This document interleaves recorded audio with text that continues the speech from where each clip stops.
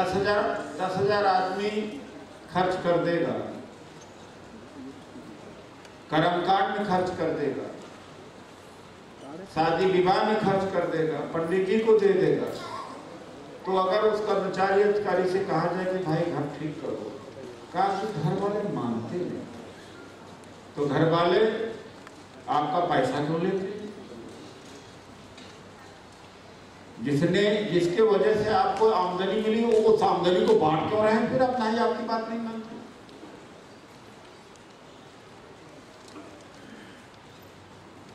तो घर वाले निजी स्वार्थ, आपके घर वाले, आपके रिश्तेदार और आप खुद, जब निजी स्वार्थ में बात हो तो लपक लेंगे, लेकिन जब समाज की बात हो तो भाई पुरानी परंपरा चली आ रही। तो पुरानी परंपरा ये भी चली आ रही कि मजदूरी करने का तो मजदूरी करते रहिए, करो मजदूरी। पारंपरिक पुरानी परंपरा में नौकरी तो नहीं थी, अफसरशाही तो नहीं थी, फिक्स वेतन तो नहीं था, फिक्स सैलरी तो नहीं थी, बराबरी तो नहीं थी। तो आपने ये ले लिया, अपने स्वार्थ की चीज ले लिया, लेकिन जो हमारे महापुरुषों ने कहा विचार वो नहीं लिया, बड़े आराम से धीरे से आपने कन्नी काट लिया। इससे ज्यादा क्या बेईमानी हो सकती है? तो अगर बाबा साहब का 22 प्रतिज्ञा मंजूर नहीं है, बौद्धा धम्मा मंजूर नहीं है, संघर्ष में भाग लेना मंजूर नहीं है, समता मूलक समाज का जो उन्होंने उपदेश दिया वो नहीं मंजूर है, तो बाबा साहब की दी हुई छात्रवृत्ति क्यों मंजूर है, पेट्रोल पेन क्यों मंजूर है, IAS PCS डॉक्टर इंजीनियर बनना क्यों मंजूर है, आरक्षण क्यों मंजूर है, MP MLA बनना क्यों मंजूर है? इसको भी लात मारो, वरना बेईमानी है। तो बेईमानों से भरा हुआ समाज है, बेईमानों से भरा हुआ समाज है, इसलिए दुर्गति है। ज्यादातर बेईमान कहेंगे। और हमारा एक साथी है जो इस बात को अभियान चलाए हुए, हाथ में जब बंधा रहता तो पूछता है, हाँ भाई कहाँ घर वाले नहीं मानते? तो घर वालों से कह देना चाहिए कि भैया ये तो जो वेतन तनख्वाह है ये उसने दिया है, जो ये नहीं चाहता था वेतन भी मत लेना मुझसे, मुझे अलग हो जाए, चाहे माँ भी हो चाहे बाप हो, अलग होगा। मैंने माँ और बाप को भी नहीं माना था इस मामले में।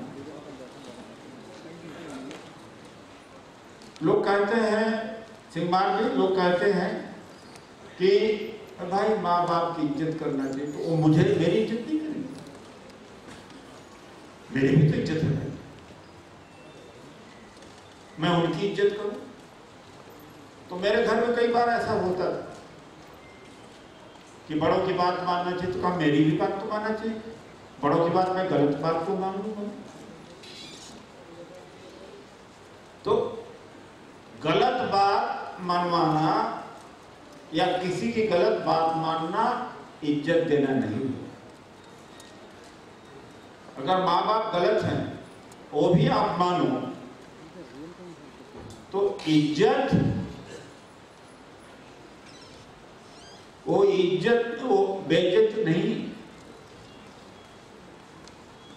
लोग सोचते अरे बुढ़ापा आ गया, इनका सम्मान में ठेस नहीं पहुंचनी चाहिए, बुजुर्ग हैं चलना चाहिए,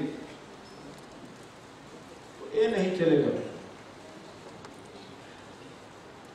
और न मैं बचपन से मैं चलाया ये जो कर्म एक लीग पर चलना चाहिए। यहाँ तो लोग भाषण कुछ देते हैं। एक जो सबसे बड़ा इस समय हमारे सामने संकट है, दलितों के अंदर जात पात घुस जाना, और उसके वजह से सभी लाठी से मारे जा रहे हैं।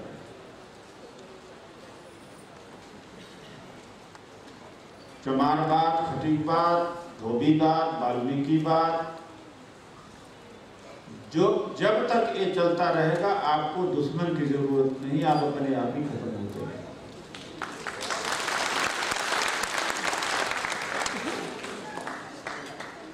और उसके परिणाम देखे जा रहे हैं जगह जगह। आपको दुश्मन की जरूरत नहीं है, आप अपने आप को ही सत्यानाश कर लेंगे, एक दूसरे को मार काट कर लेंगे। अब जब हरियाणा में जाते,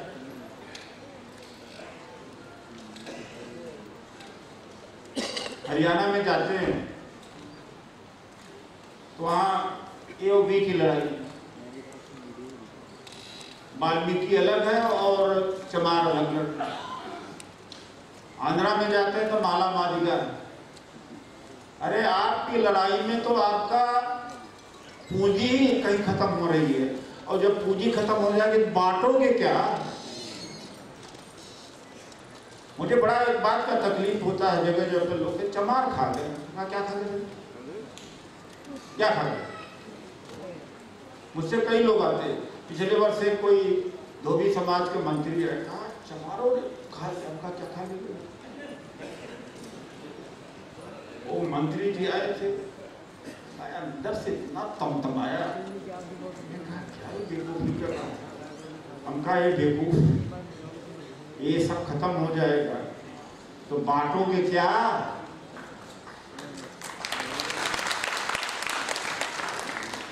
हमका जा अपनी जाति को कहो, आरक्षण जब कोई चोट हो तो जंतर मंतर पर आए,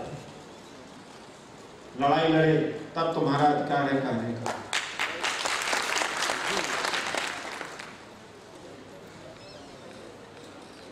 तो ऐसे ऐसे दृष्टांत हमारी जिंदगी में देखते हैं।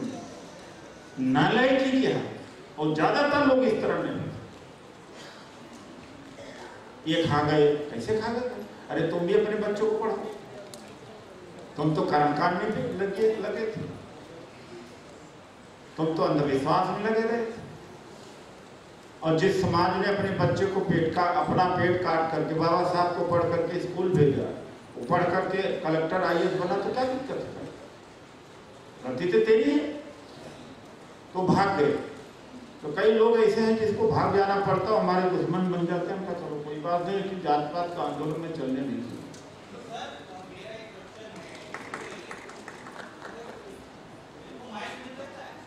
एक तो फिर आप भी संगठन कहीं चला लेना, वहां पर माइक कर, आप बैठे लीजिए, बात भी करिए। चर्चाओं से दुनिया नहीं बदलती, हम लोग करते हैं। आपकी चर्चा बाहर कर लेना, समय होता बोलने को पड़ेगा, अब बात कर लेना, मैं सब के बाद।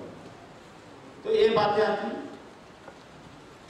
तो ये जात का जो जहर है, देखिए ऐसा है, किसी भी आदमी के बारे में जानना तो जात वो बेईमान है, कंजूस है, जातिवादी है और घटिया है, तो सबसे पहले उसके दोस्तों को देख लो। दोस्त का जो उसका घेरा होता है उसको देख लो, पता लग जाए आदमी, ज्यादातर पता लग जाए कि आदमी कैसा है। और किसी नेता को जानना तो उसके जिस संगठन का मालिक है उस संगठन के पदाधिकारियों की लिस्ट दे दें, और उस संगठन के ऑफिस का जरा कैरेक्टर देख लो, उसके पीए देख लो, तो पता लगा जाएगा कि ठाकुरवाद है कि बनियावाद है कि क्या बात है। परिसर को देख लो, जिस जाति में मैं पैदा हुआ सो जाति में मेरे पास की बात नहीं।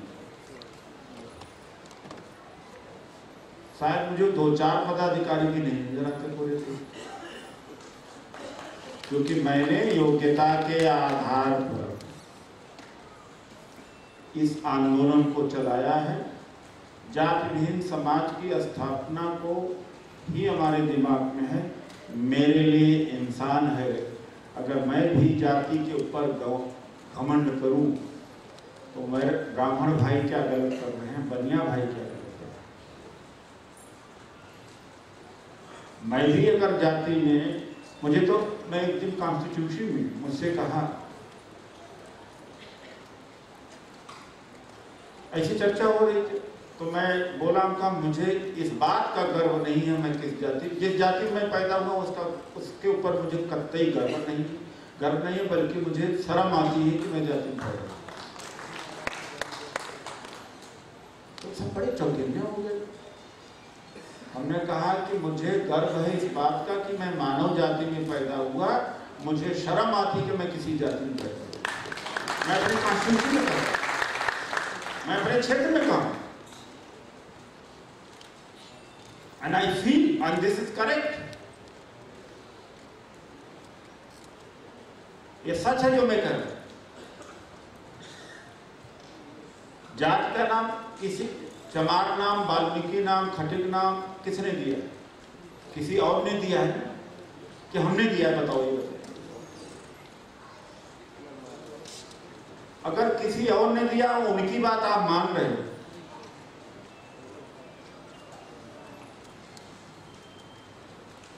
तो इसके मतलब कि कोई गलती नहीं, जाति व्यवस्था ठीक है।